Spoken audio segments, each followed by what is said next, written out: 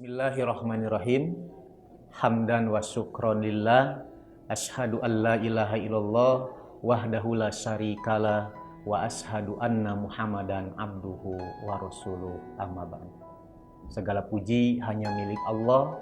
Salawat dan salam semoga berlimpah pada baginda Nabi Muhammad sallallahu alaihi wasallam. Para hadirin kaum muslimin dimanapun berada, Ramadan merupakan bulan ujian. Ujian apa? Ada 4 ujian di dalam bulan Ramadan. Yang pertama, ujian keimanan.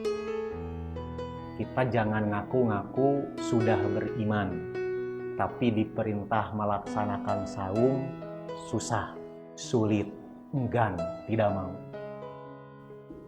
Dalam kehidupan ini sebetulnya semuanya ujian.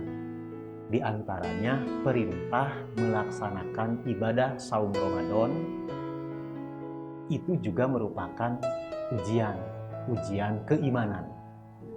Surat Al-Ankabut ayat kedua menyampaikan, Allah berfirman, A'udzubillahi minasyaitonirrajim, ahasiban nasu ayutraku ayyakulu amanna wahum la yuftanun.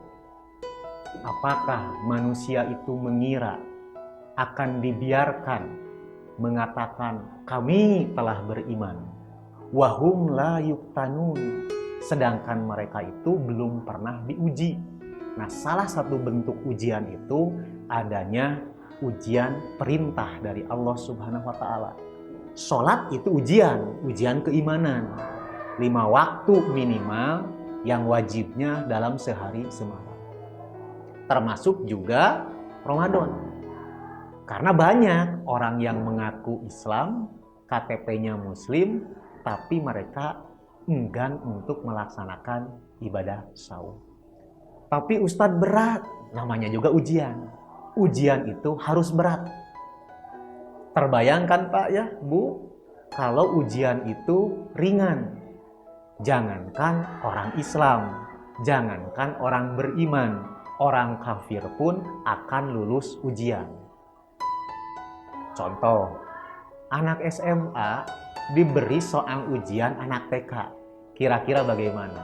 Pasti semuanya akan lulus.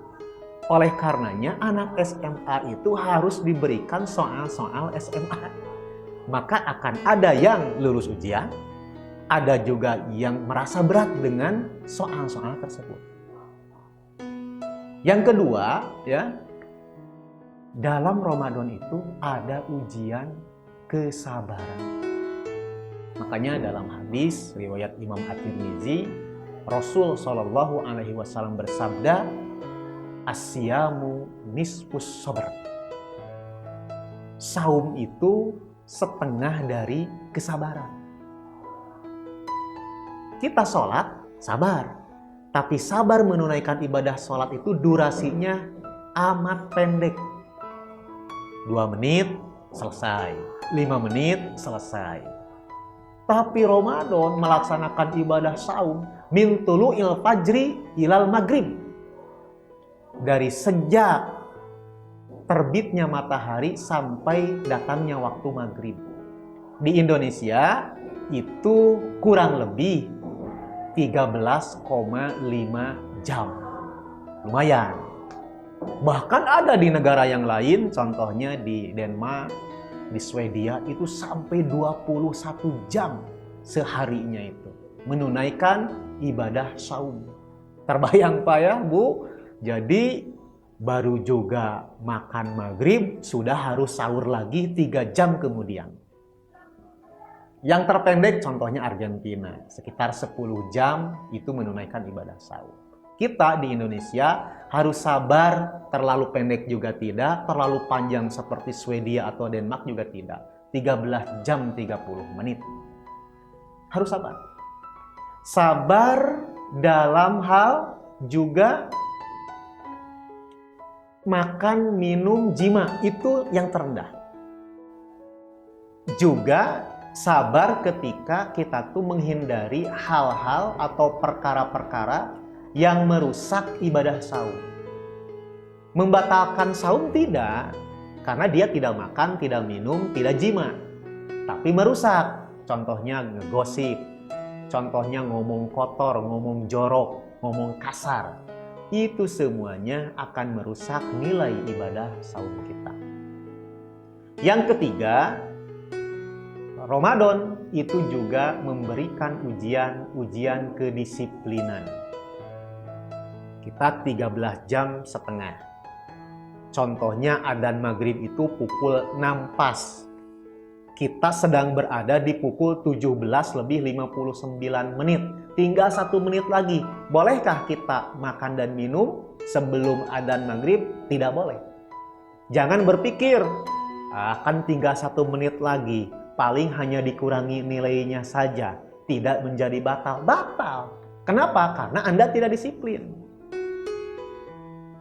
Maka sebetulnya mengajarkan Ramadan itu agar kita tuh hidup disiplin dalam keseharian. Dan yang terakhir, yang keempat, Ramadan mengajarkan atau memberikan ujian kejujuran. Apakah kita tuh jujur menjadi orang yang sedang melaksanakan ibadah saum atau tidak? Contoh, pukul 14 atau pukul 2 siang, kita tuh kehausan. Datang ke rumah, tidak ada siapa-siapa. Melihat ada minuman yang enak, padahal nggak ada siapa-siapa. Berani nggak kita makan? Berani nggak kita minum? Kalau kita berani minuman dan makan karena tidak ada orang, berarti Anda itu tidak jujur kepada orang lain. Tapi ketika kita merasa ada Allah dimanapun kita berada, walaupun tidak ada orang, akhirnya tidak makan dan tidak minum, berarti Anda itu orang yang jujur. Ramadan mengajarkan nilai-nilai kejujuran kepada kita semua. Saya berharap mudah-mudahan kita bisa melaksanakan saum Ramadan ini dengan sebaik-baiknya sehingga nanti kita datang ke hadapan Allah dengan membawa pahala yang besar, dengan membawa pahala yang banyak dan diridhoi oleh Allah Subhanahu wa taala. Wallahu a'lam bishawab. Demikian yang dapat saya sampaikan. Alhamdulillahirabbil alamin. Wassalamualaikum warahmatullahi wabarakatuh.